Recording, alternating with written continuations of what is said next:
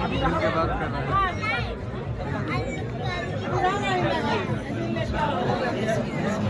देखिए आदमी मामा से मिल रहा है।